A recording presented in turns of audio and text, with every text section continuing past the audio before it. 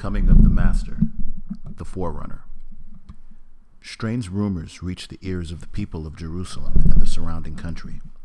It was reported that a new prophet had appeared in the valley of the lower Jordan and in the wildernesses of northern Judea, preaching startling doctrines. His teachings resembled those of the prophets of old, and his cry of repent ye, for the kingdom of heaven is at hand, awakened strange memories of the ancient teachers of the race, and caused the common people to gaze wonderingly at each other, and the ruling classes to frown and look serious, when the name of the new prophet was mentioned. The man whom the common people called a prophet, and whom the exalted ones styled an impostor, was known as John the Baptist, and dwelt in the wilderness away from the accustomed haunts of men. He was clad in the rude garments of the roaming ascetics, his rough robe of camel skin being held around his form by a coarse girdle of leather. His diet was frugal and elemental, consisting of the edible locusts of the region, together with the wild honey stored by the bees of the wilderness. In appearance, John, whom men called the Baptist, was tall, wiry, and rugged. His skin was tanned a dark brown by the winds and sun which beat upon it unheeded. His long black hair hung loosely about his shoulders, and was tossed like the mane of a lion when he spoke. His beard was rough and untrimmed. His eyes gleamed like glowing coals and seemed to burn into the very soul of his hearers. His was the face of the religious enthusiastic, with a message for the world. This wild prophet was most strenuous, and his teachings were couched in the most vigorous words. There was no tact, policy, or persuasion in his message. He hurled his verbal thunderbolts right into the crowd, the very force and earnestness emanating from him, serving to charge his words with the vitality and magnetism which dashed itself into the crowd like a spark of electricity, knocking men from their feet and driving the truth into them as if charged by a powerful explosive. He told them that the spiritual grain was to be gathered into the garners, while the chaff was to be consumed as if by a fiery furnace, that the axe was to be laid to the root of the trees which brought not forth good fruit. Verily, the day of Jehovah, long promised by the prophets, was near to hand to his hearers and followers. John soon gathered to himself a following. The people flocked to him from all parts of the country, even from Galilee.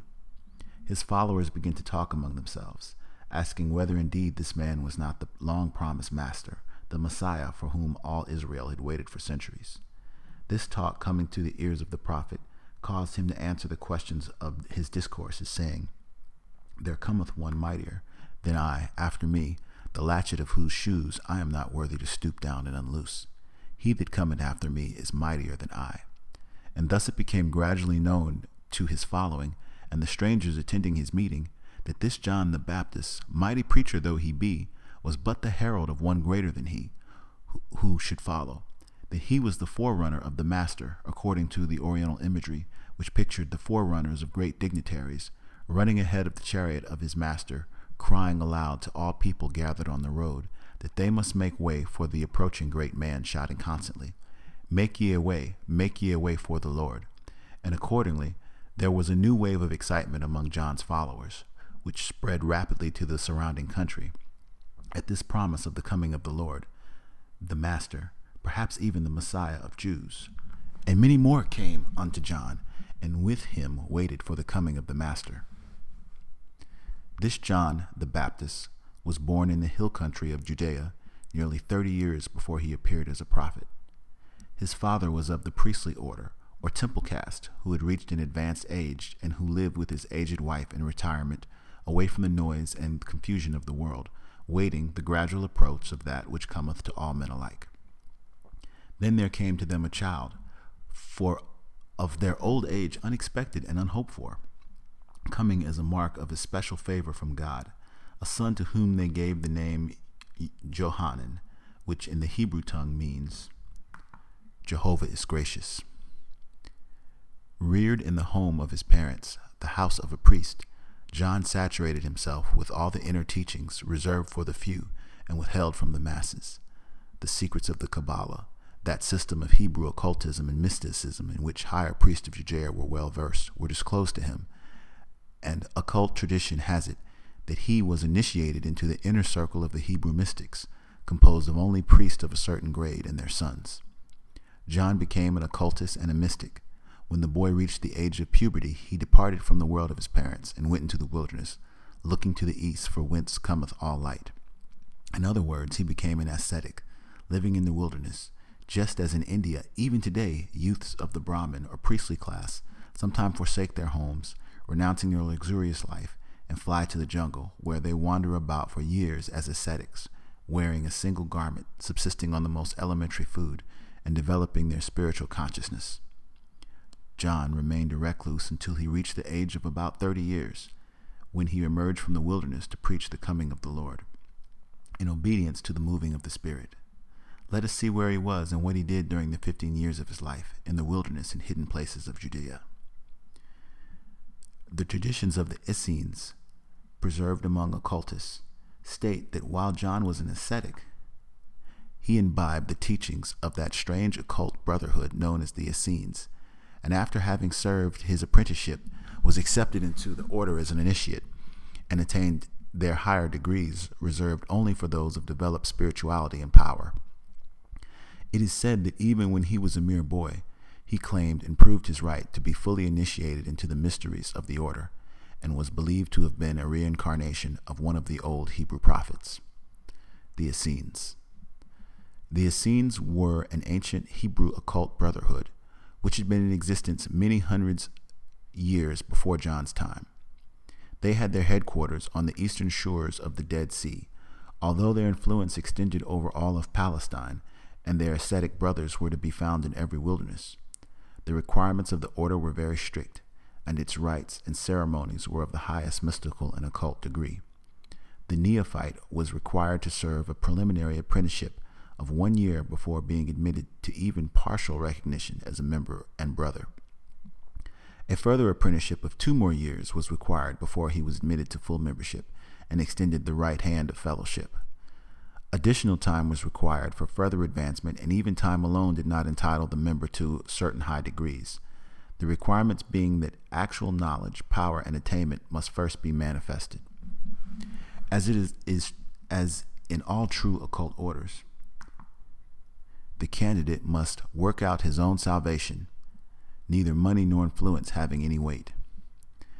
Absolute obedience to the rules of the order, absolute poverty of material possessions, absolute sexual continence, these were the conditions of the membership to be observed by both neophyte and initiate, as well as high-degree master. Understanding this, one may imagine the disgust inspired in John by the amorous solicitations of Salam, which caused him to lose his life rather than to break the vows of the order, as is so startlingly pictured in the stage productions of modern times.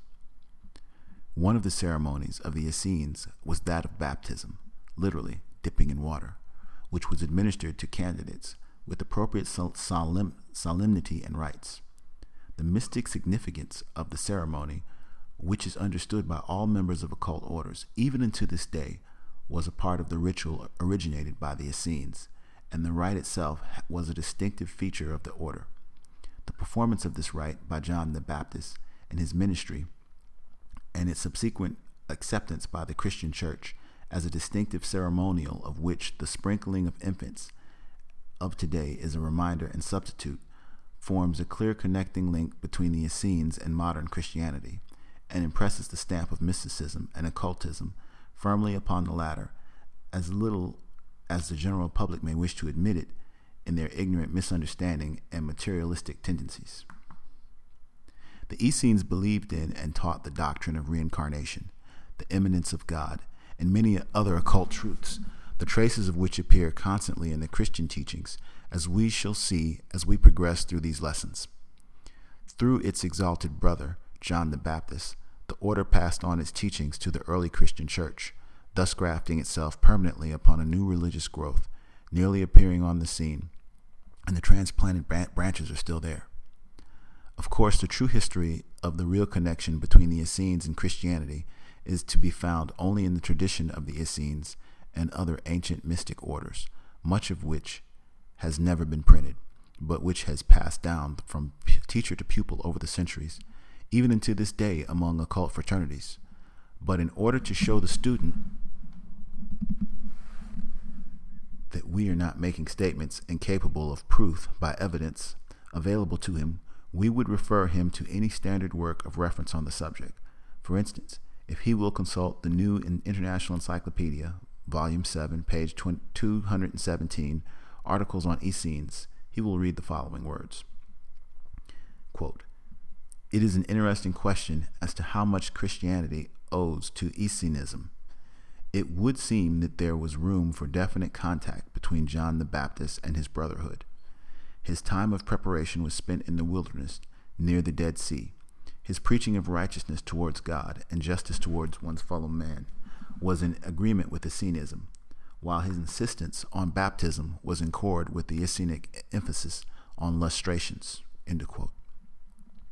The same article contains the statement that the Essenic Brotherhood taught a certain view entertained regarding the origin, present state, and future destiny of the soul, which was held to be pre-existent, being entrapped in the body as in a prison. John emerged from the wilderness when he had reached the age of about 30 years and began his ministry work, which extended for several years until his death at the hands of Herod. He gathered around him large and enthusiastic following, beginning with the humbler classes and afterwards embracing a number of higher social degree. He formed his more advanced following into a band of disciples with prescribed rules regarding fasting, worship, ceremonial rites, etc., closely modeled upon those favored by the Essenes. This organization was continued until the time of John's death, when it merged with the followers of Jesus and exerted a marked influence upon the early Christian church. As we have stated, one of his principal requisites conjoined upon all the followers was that of the baptism, the Essenic rite, from which he derived his familiar appellation, the Baptist.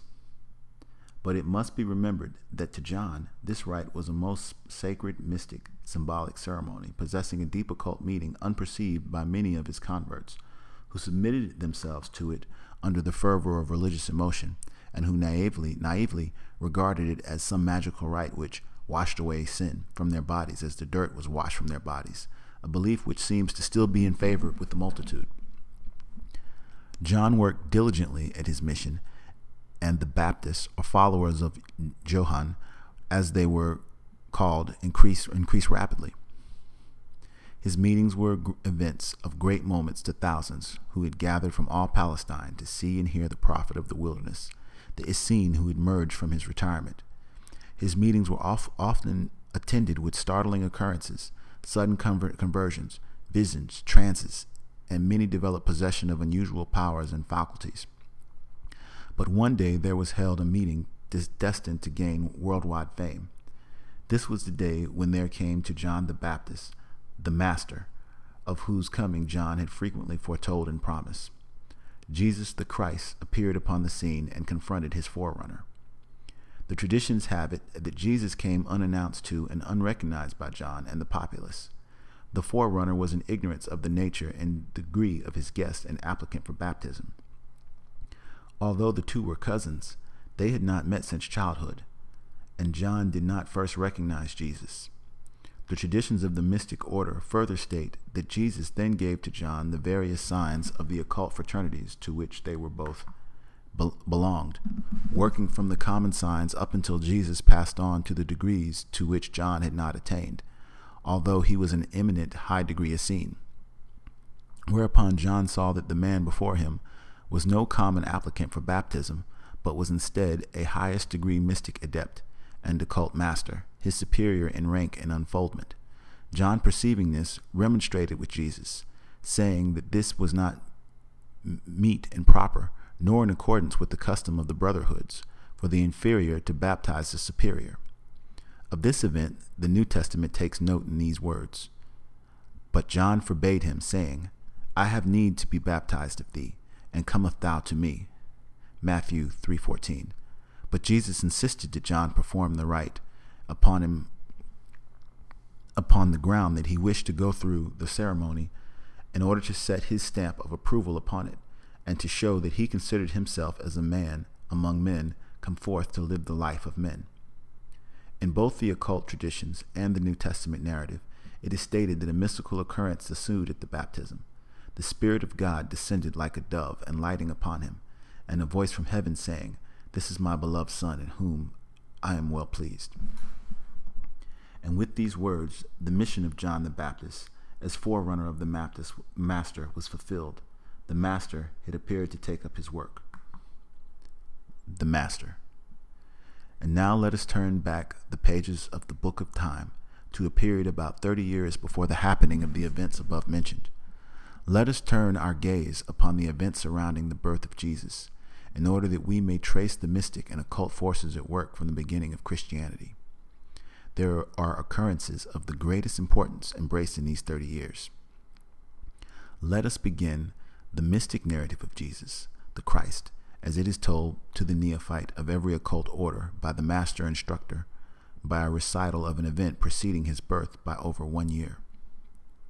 In Matthew 2, the following is read.